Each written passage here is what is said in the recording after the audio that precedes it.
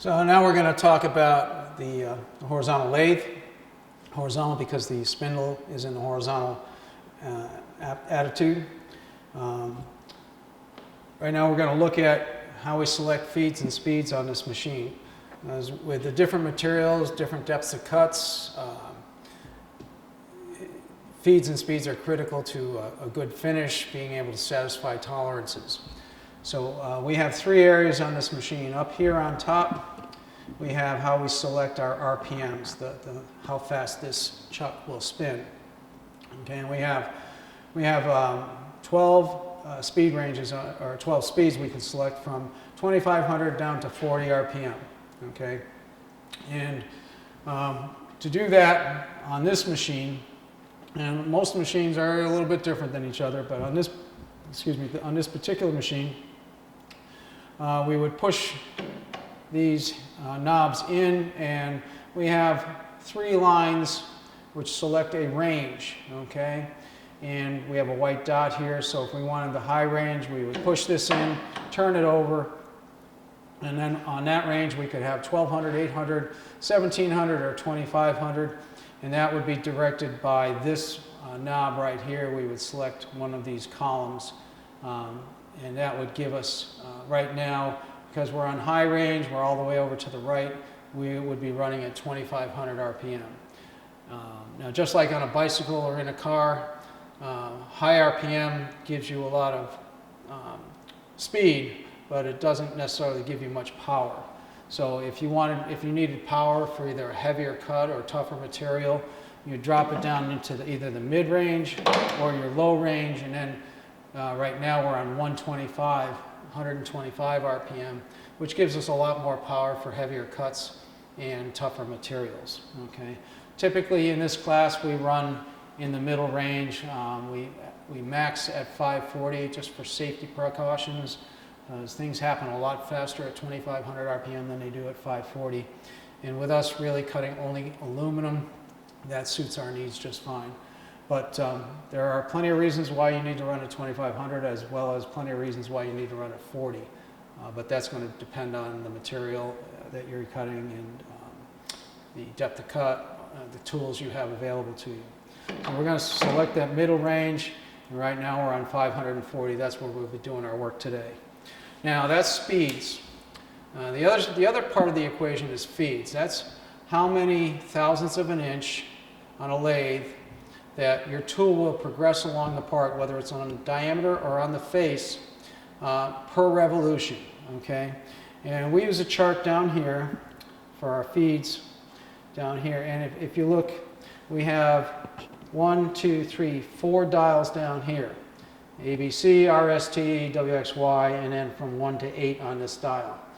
And you have a column here that will give you feeds in thousandths per revolution. Okay, and we go from 1,000ths to 20,000ths per revolution. And we do that by selecting, like, 1,000ths is AT1X. So for 1,000ths per revolution, we put that on A, we put that on T, it's already on X, and it's already on 1. So right now, for every rotation of the chuck, your tool would either advance 1,000ths across the face or 1,000ths along the diameter. Okay? And if we came back over here and we brought down to BR8X, so we put this on B, put this over to R, we're already on X, move this over to 8. Now, for every revolution, we'd be moving 20 thousandths. So obviously that's a much more aggressive feed rate. And depending on the material you're cutting, if you have a nice easy material like aluminum, sometimes you can get away with a heavy feed rate like that.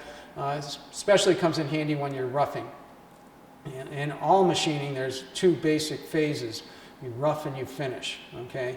When you're roughing, you're trying to remove as much material as fast as possible, as safely as possible, while still maintaining enough material left to be able to satisfy your finish dimensions.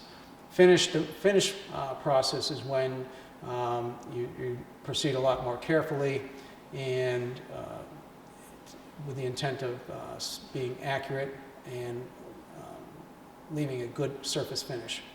A lot of that has to do with a lot of your feed and speed selections has to do with your tooling, your tool tip radius. If you have a 15 thousandths tool tip radius on your turning tool and you have a 20 thousandths feed rate per revolution, chances are you're going to end up with a finish that looks more like a thread than a finished surface, okay? Because you're advancing along the part at a greater rate than the size of your tool tip. So you want to keep that in mind. All right, when the slower your feed rate, usually means a better surface finish. Okay, but again, you want to keep in mind that you want to finish the part in a reasonable amount of time, so that that your company can still make a few bucks on the part.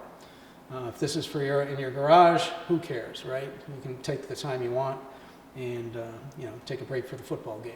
But in the real world, we have to be concerned with getting these things completed on time, accurately, with a good surface finish. So that's how we select speeds and feeds. This guy right here is how we reverse our feed. Okay, if we want to feed right to left, we would have this in one orientation. If we wanted to feed left to right, we would rotate this in the other direction, and it would change either our carriage motion or our cross slide motion. Okay, so all right, so now if we can pivot over here, we'll talk a little bit about the controls on this part of the machine. All right, this is our compound rest.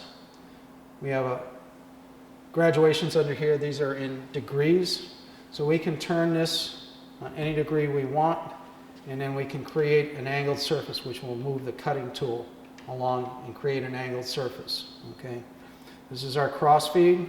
Okay, it moves our tool perpendicular to the ways of the machine. These ground pieces right here are called the ways of the machine. The carriage rides along the ways and maintains a nice parallel and perpendicular orientation. This hand wheel is what moves the entire carriage, left and right. And this is our feed clutch right here. Okay, so when we want to engage the power feed, you just put that up. We want to disengage it and shut it down. Okay, and this knob under here is our axis selector. Okay, by either pulling it out or pushing it in, we can select either longitudinal or cross feed.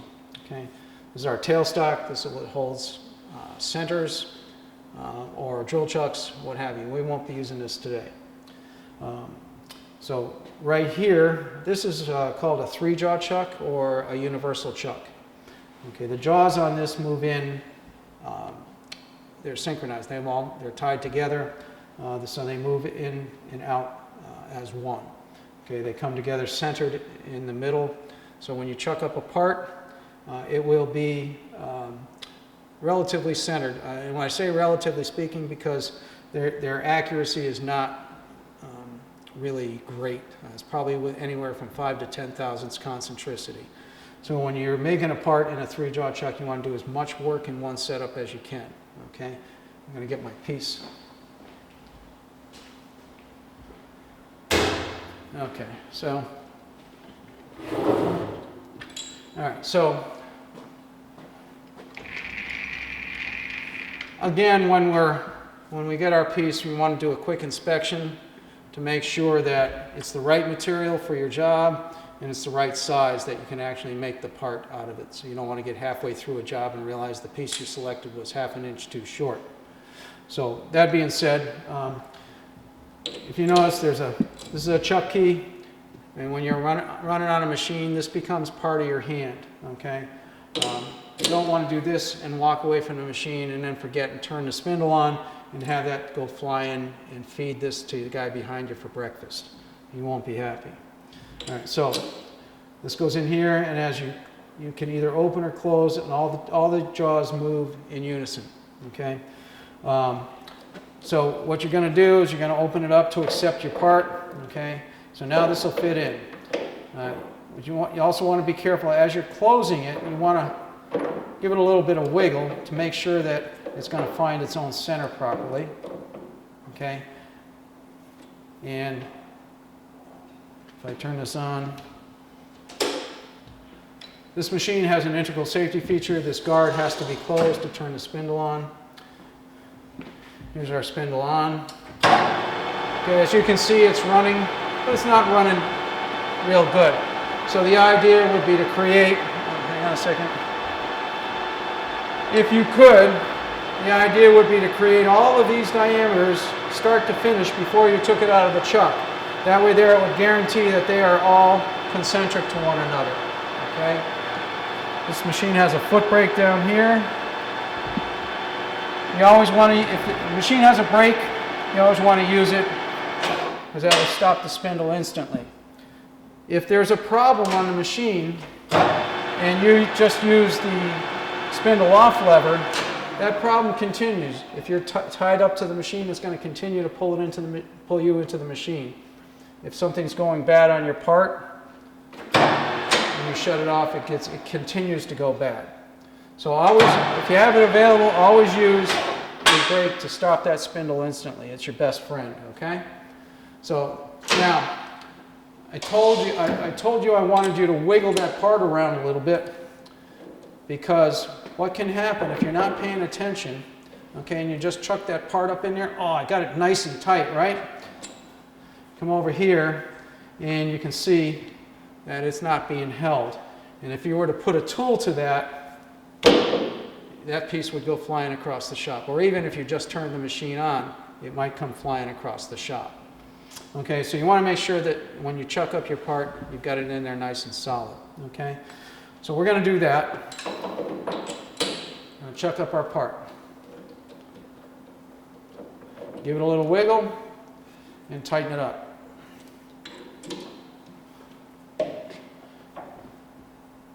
Make sure it's good and tight. Again, this comes out with your hand. All right, now, when we machine in here, we have several different types of tools. Okay. Let's see. I'm going to show you 4 today. I'm only going to use 1 to machine, maybe 2. All right, so put them up on top here. What we've got 4 very simple tools here. This is a tool that we can use to turn and face. If you look at the angle on the nose of this tool, it's less than 90 degrees. So that allows us to both turn and face. Turn and face, okay? And as long as we orient the tool properly. We just have to make sure that we have proper clearance so that our tool isn't going to run into the part, okay? So that's a basic turning and facing tool. This is what's called a parting tool, okay? Very thin. And if you look at the tip of the tool, you can see that the top is wider than the bottom. You see that? Reasonable? Okay. What that does is that allows you to go through the part without dragging on the side of the tool. So it allows you to cut the part off, okay? This is a threading tool, 60-degree included threading tool. Good. You see the tip of that tool, it's an included angle. No, maybe a little background, a little yellow background, how's that?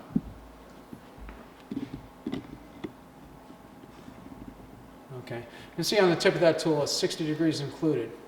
And that's what most conventional threads are, is a 60-degree included. So this will allow us, and we would use this guide up here. We would select these feeds and speeds here for the correct thread pitch, okay? And lastly, and this be the tool we might use along with the turning tool.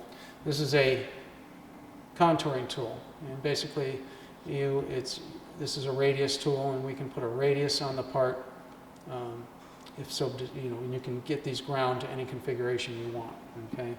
If you don't have a CNC, these are your best friends, all right? So what we're going to do now is we're going to do a little playing around with this. I'm going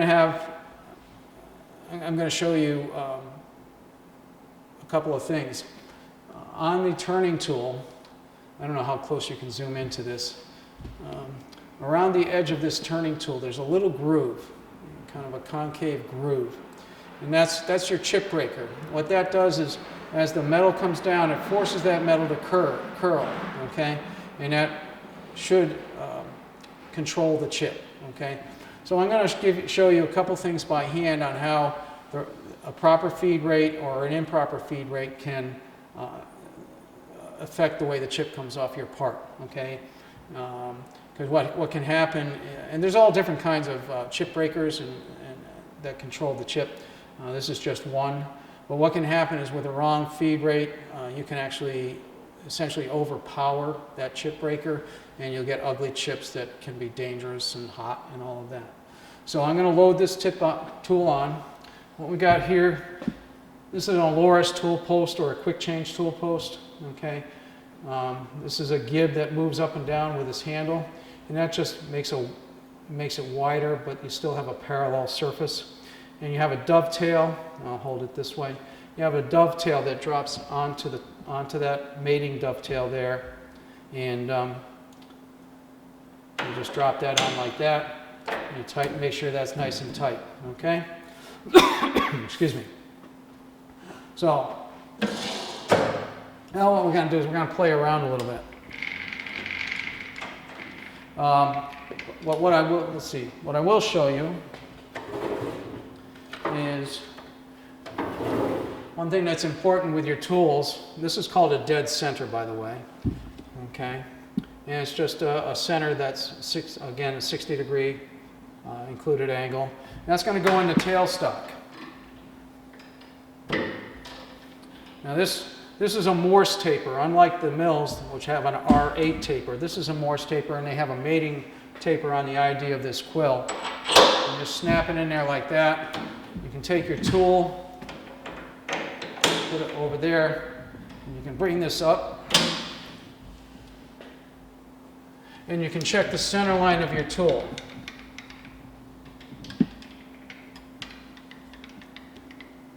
You want to make sure that your cutting edge is on the center line of your machine, okay?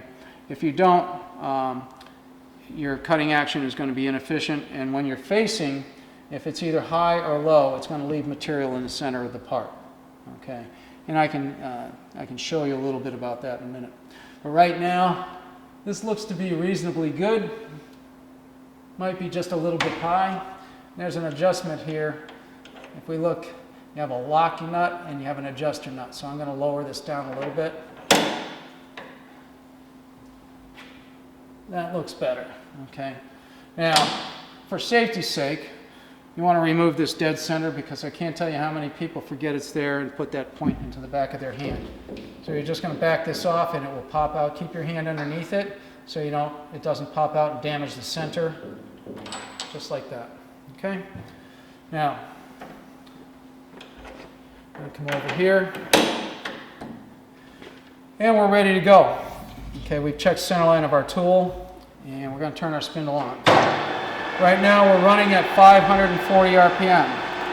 So one of the things we want to check, we're going to do this by hand first, and I'll come over to this side. I'm going to do this by hand first. I'm just going to bring this up, and I'm going to touch the face of the part. Like so, okay? Now, I'm going to use the cross slide to feed across. Now you see how, as long as I'm under control, that chip comes off, curl. See how it's curling? Okay, that's relatively controlled chip, okay? Now, if I go too fast the feed rate, you can see how that chip changes. You can see what it's forcing my part to move around too, okay? So, when I have my students play with this, I have them mess around with different feed rates by hand to see how it controls the chip, okay? So a nice controlled feed rate gives you a nice controlled chip. If you go too fast, you can see how, oh, that's one. You can see how ugly that is, all right? So you want a nice controlled chip. They break off, and it's much safer. You get a better finish, and you'll end up with a better part, okay?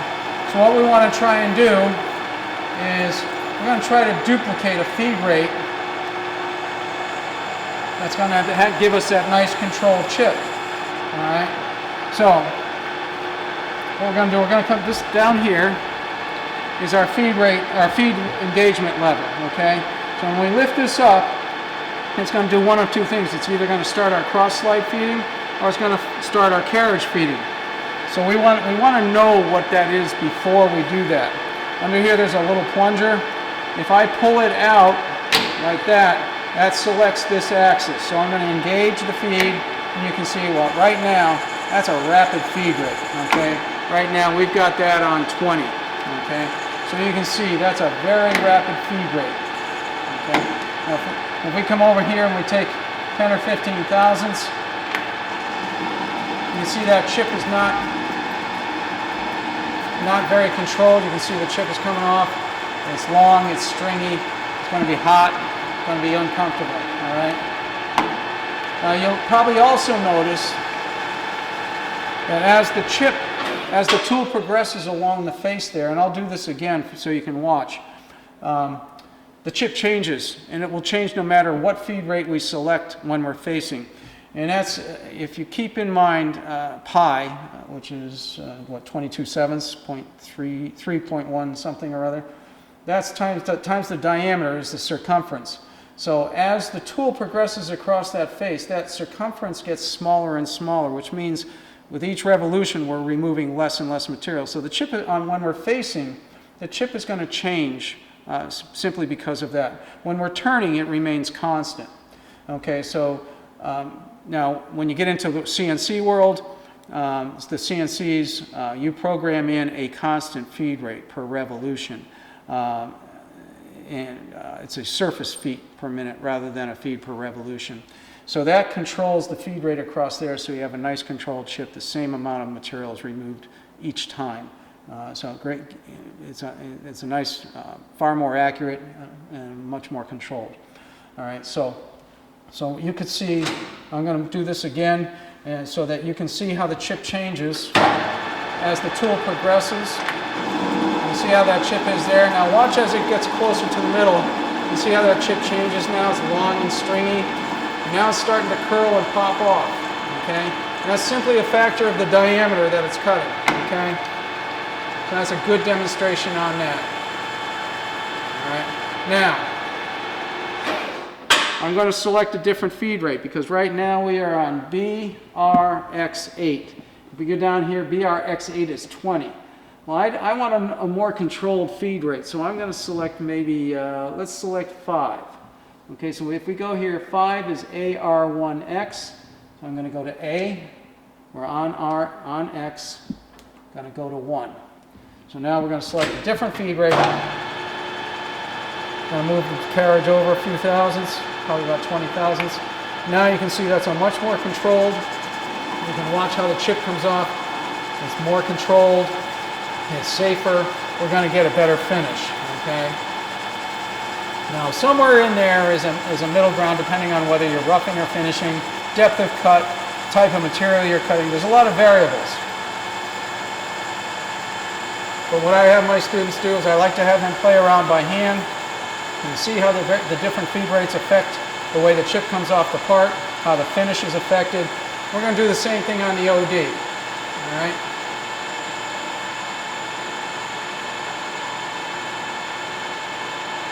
See how that chip is, while it changes all the way across, it is actually more controlled all the way across, unlike the first cut at the higher feed rates. As we get towards the center, we want to be ready and turn it off when it stops cutting. Okay, and a good test to see if your tool's on center. If it's not on center, there'll be a little nub there, and we got our tool right on center. I got lucky. So if it's not quite on center, you can make an adjustment as you go. Okay. So now what we're going to do is we're going to play around with the OD a little bit. We're going to do a little turning. To do that, we've got to push this plunger in, so we select a longitudinal axis. Okay. So that didn't go in all the way. We've got to move this a little bit. There it is. Okay. So now when we select our longitudinal, our hand wheel there is going to start moving. We're feeding towards the headstop. Now let's give a demonstration on Right now, we're feeding towards the headstock, but what if for some reason we had to feed to a shoulder on the back side of a part and we wanted to feed in the opposite direction? We're going to come over here to this dial, and you can see on this one it gives us the handy arrows. We're just going to turn that, and our feed should be reversed as long as it went into gear. And lo and behold, we're feeding in the opposite direction. Okay? Most of your time you're going to be feeding towards the headstock. Okay? And we're going to make it so. All right. So now what we're going to do is I'm going to do the same thing that I did on the face. I'm going to do it on the OD. Okay?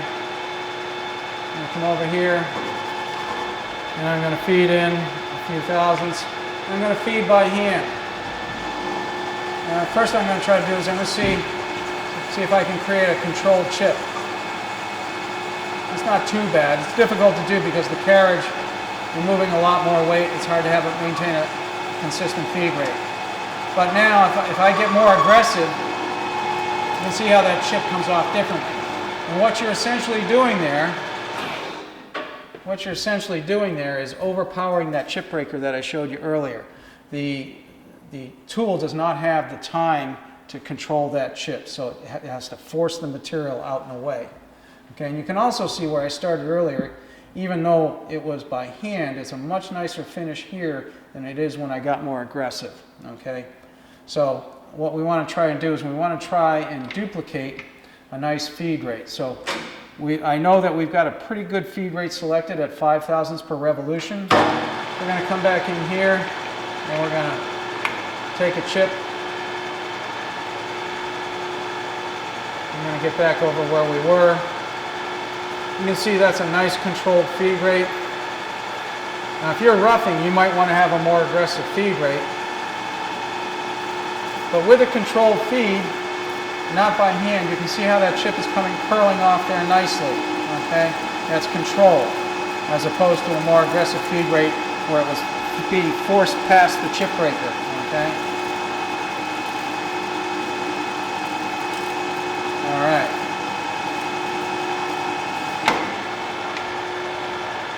So a couple of cuts like that. We'll do another 50 thousandths.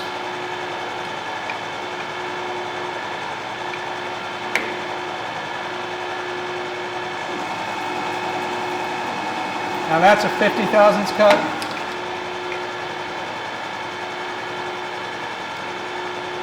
This will be a 100 thousandths cut. When it gets there, that's 50. That's a 100 thousandths cut. And it's still controlling the chip. Let's go another 50 thousandths. Starting out at 50 across what we just cut. When we get to this shoulder here, we'll be taking 150.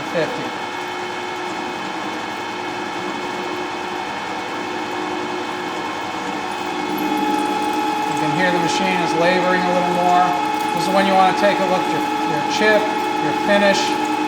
Okay. See how the chip is coming off? It's not nearly as controlled. So maybe, see how ugly that chip is? Maybe we want to either slow down the feed rate or slow down the RPM, okay, or reduce the depth of cut, okay. So that's how the feeds and speeds affect your cut, okay. So let's see what I want to touch on now. Let's show you how that contouring tool works, okay. So we're going to switch the tool out from a turning tool to a contouring tool. So we're going to put this radius on the end of our part right here, okay? Now, this tool, because it's a radius, it has to these surfaces have to be perpendicular to our diameter, otherwise it won't cut the radius properly. I know that the students had this set up, so it should be in pretty good shape. Now, another thing to consider is when we cut a full radius, this tool is going to be fully engaged on our part. So that's a fairly heavy cut that we'll be taking. And you saw what we were taking with 150 thousandths depth of cut, which, if you keep in mind that that's on the diameter, that's not on the radius. That's only 75 thousandths on the radius when we removed 150 thousandths off the diameter. So you can imagine this is on the radius, and we'll be taking at least 200 thousandths. So you can imagine at high RPM, this would end badly. Okay? You might break the tool, you might have the part come out, you might get a lot of chatter. There's a lot of things that could happen. So what I'm going to do is I'm going to put this down into the granny gears. Okay, low RPM, and I'm going to drop this down to about 85 RPM. You can see now this is good for power because we'll be taking a heavier cut. All right, so now, what do I do with my pencil? There it is. They don't like it when I put my fingers too close to the part. So now what we're going to be doing, we're going to be positioning this tool on this part. This corner right here has to be tangent to this face, and this corner right here is going to end up tangent to this diameter. Okay, so what I'm going to do is I'm going to position my tool, and I'm going to touch this corner to the face. Okay, and I'm going to do that very carefully. So I'm going to bring that corner out as close to the OD as I can, so that I'm touching it where it needs to be.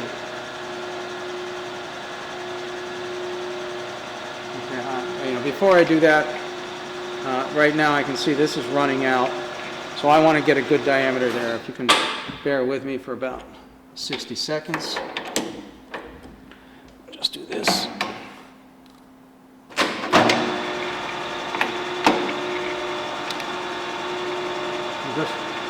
We're just going to create a nice true diameter here so we can end up with a good radius.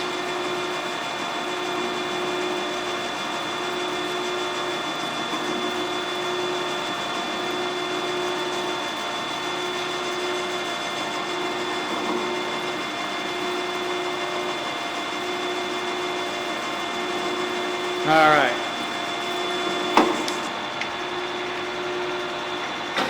All right, so now I'm going to drop it back down into those granny gears. Sometimes if the gears don't line up, you have to jog the truck a little bit so that the gears inside mesh. All right, so now I'm going to put that contour tool back on there and position our tool.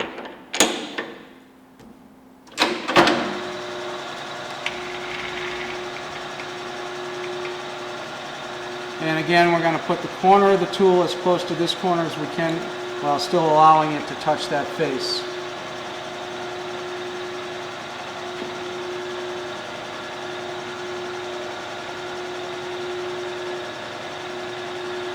There we go, we just took a little chip.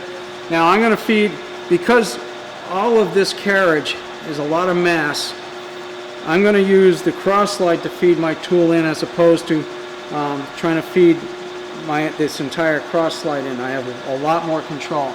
So as we're turning, you're going to see the chip, it's going to start out real thin here, and we, by controlling our feed rate here, we can control how that chip comes off. You can see it's curling nicely, but as we go, it keeps getting wider and wider. Okay? And it's going to keep getting wider and wider as we progress along that tool. Okay?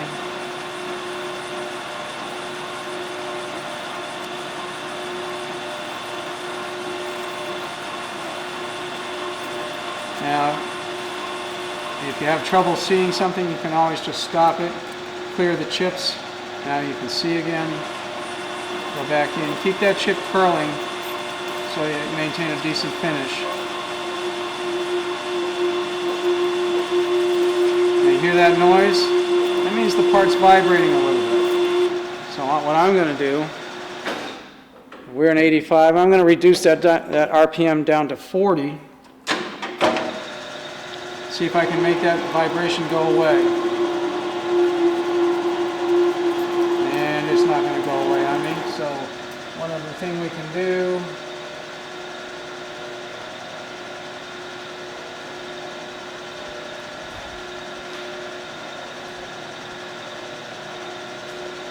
we can use a little coolant on this bad boy. Let's see if that helps our matters. Oh yeah, big difference. Now you can hear how that machining without any vibration. Now we're going to check and see. We're getting close. we are at full diameter. As you can see, we're starting to, I went a little past, so we're starting to create another diameter on here. But you can see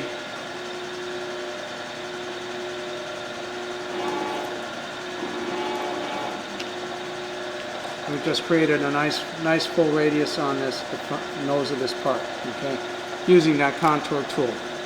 All right, so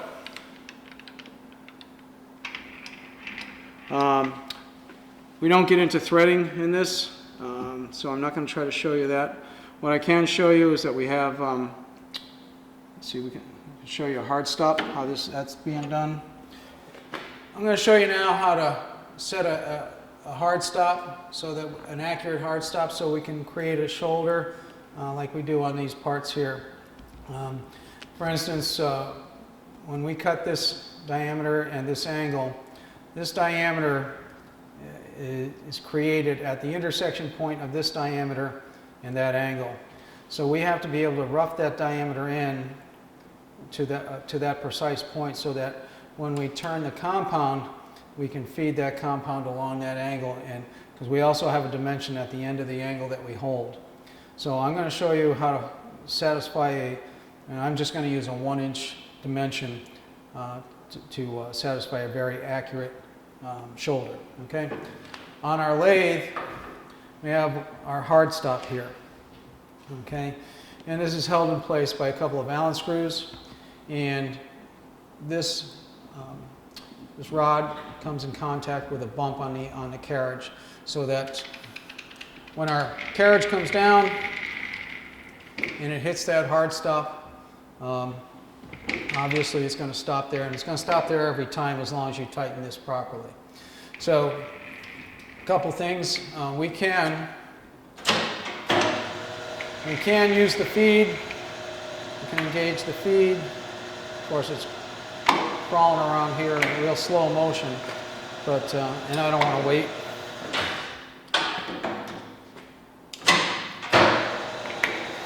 It's going to feed down against that hard stop, and there is a clutch in here which will shut it off.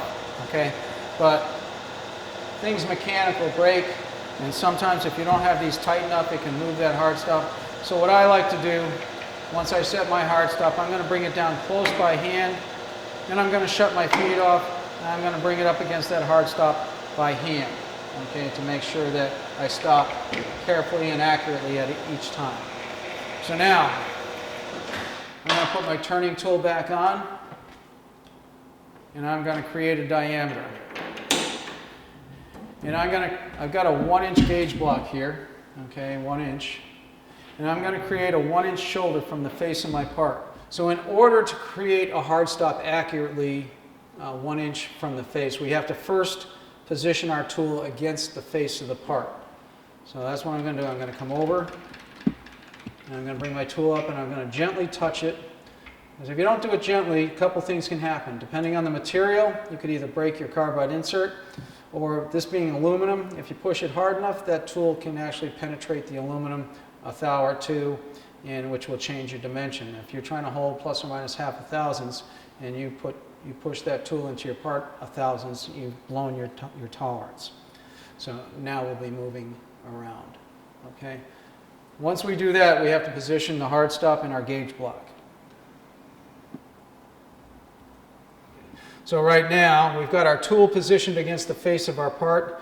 We're going to loosen these 2 screws on this hard stop, and somebody made sure they were tight.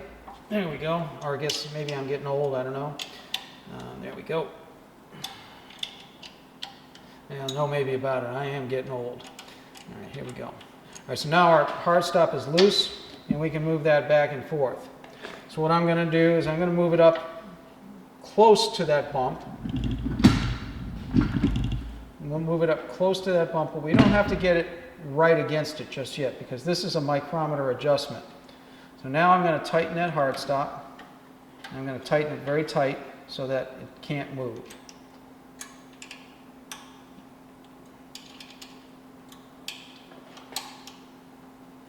Now I can take my gauge block, being sure that I use the right side, and I'm going to put it in between the rod on the micrometer adjustment and my bump, And I'm going to bring that rod up by turning the micrometer dial. And I'm going to wiggle it a little bit, make sure that's nice and tight. Now I know I've got that 1-inch set. I have a little lock here that I put. Now I'm just going to take my carriage away. Now our 1-inch dimension is set. Okay, so I'm going to come over here and I'm going to start turning a diameter. And we'll get back up to that 540. There we go. Now, depending on if I were going to be satisfying a dimension, I would use my micrometer or my calipers to measure that, and I would touch my tool to my part. I can set a 0 on my dial. Now again, I'm going to review this. This dial on our crossfeed removes material on the diameter, okay? Which means if we turn this 100 thousandths, okay, that's 100 thousandths. It's removing 50 thousandths of material from each side, okay? So we're shrinking that diameter by 100 thousandths.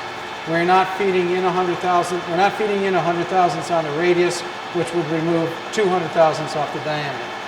So now we've got our feed and our tool up. Now we're going to cut our diameter. We're going to keep an eye on our hard stop down here.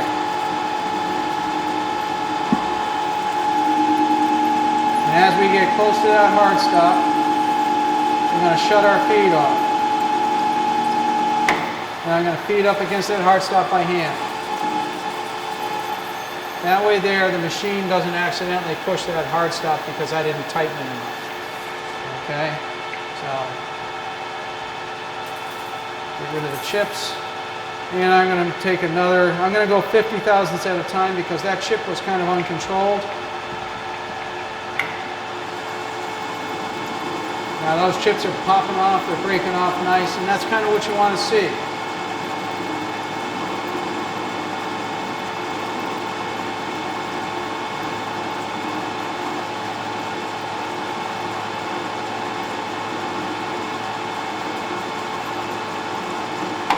Shut it off before it gets to the hard stop, bring it up against the hard stop. We'll do this a couple more times.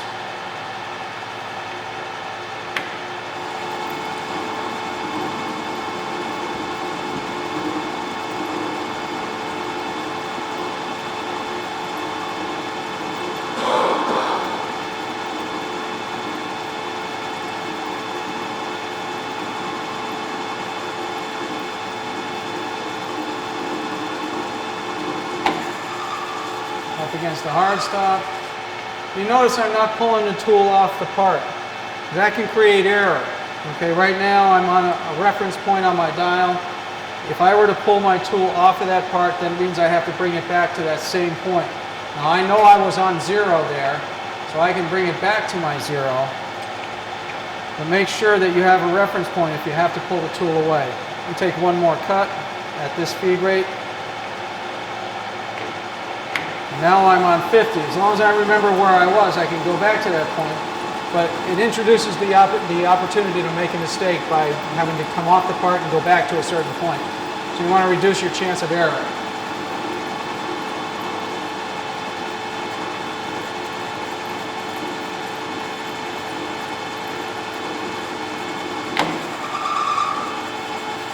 All right. Now, I've just taken about 1/4 inch off the diameter. And but I've been turning little steps here, and if you could see on this face here, right here, there's a little series of little rings. So what I'm going to do is I'm going to bring it up against my hard stop, and I'm just going to face that surface off, and it gets rid of all those rings, leaves me a nice perpendicular surface with a good finish. Now just for the hell of it, just so you guys can see, I'm going to make a cut. I'm going to take that same 50 thousandths cut.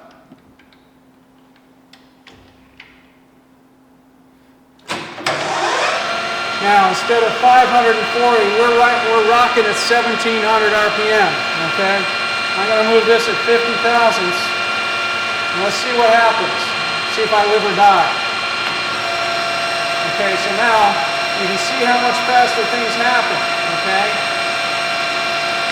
You have to be on your A game when you're working with those speeds, okay?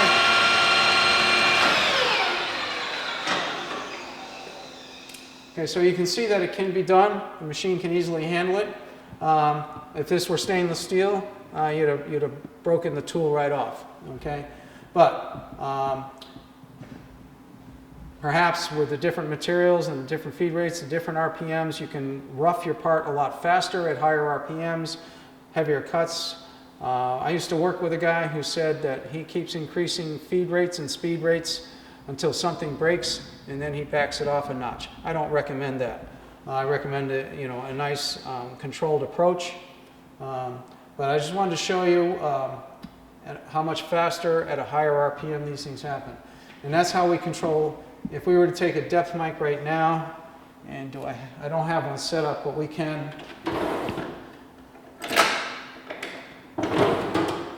We can use the verniers, okay, and I don't know how many of you guys know that you can use the backside of a vernier as a depth gauge. We can put this against here and feed down like that, like so.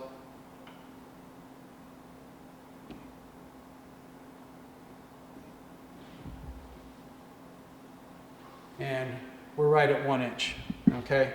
So that's how you make a nice, controlled, accurate shoulder on a part, okay?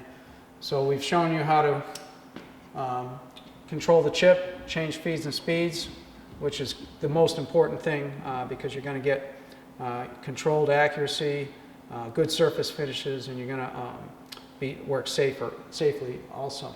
Showed you how to change the feeds and speeds. Change one axis of feed to another, engage the feed. I suppose we've got a little bit of time. We'll make an angled cut on this here, just to show you how that compound works.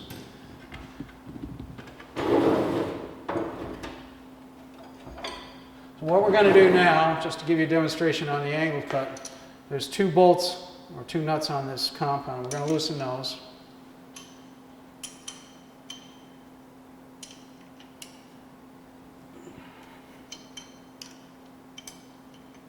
And we're going to turn this. Again, this base is graduated in degrees. Now we have a witness line right there. That's 0. We're going to put it over here on 45. Okay, my eyes aren't good. So there's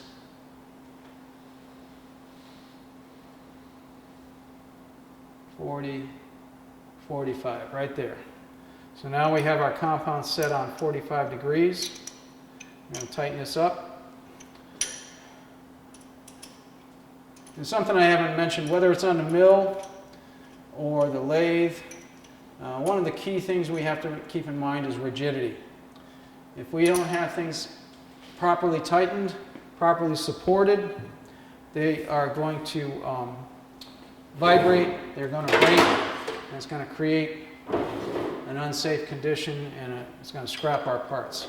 So now we have to reposition our tool. So we're going to loosen the top nut on our quick change tool post, and we're going to position our tool so that we can cut on that angle, okay? And we're going to tighten it up again. And because I'm a safety guy, I'm going to back that back down. I'm going to back down to 540, a lot more civilized. Now bring our tool in over to our part.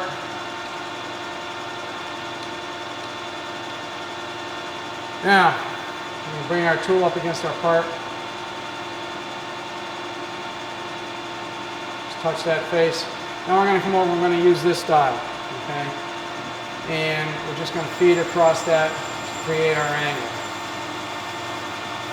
Okay.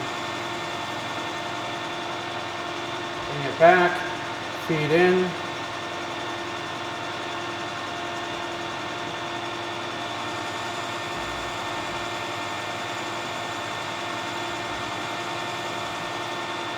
Now, one thing I like to show the students, okay, I like to end up with a nice finish there. And if you're feeding across with one hand, you're gonna do this. You're gonna come, you're gonna stop, you're gonna feed, you're gonna stop. You're gonna feed and stop all the way across the part. and you're going to end up with a series of rings at the stopping point of each of those. So what I like to do is I like to put one hand underneath and one hand on top, so that before the top hand stops feeding, the bottom hand starts. I'm going to start feeding, the bottom hand starts, top hand starts. That way there you have almost unbroken, consistent feed rate, get a really nice finish.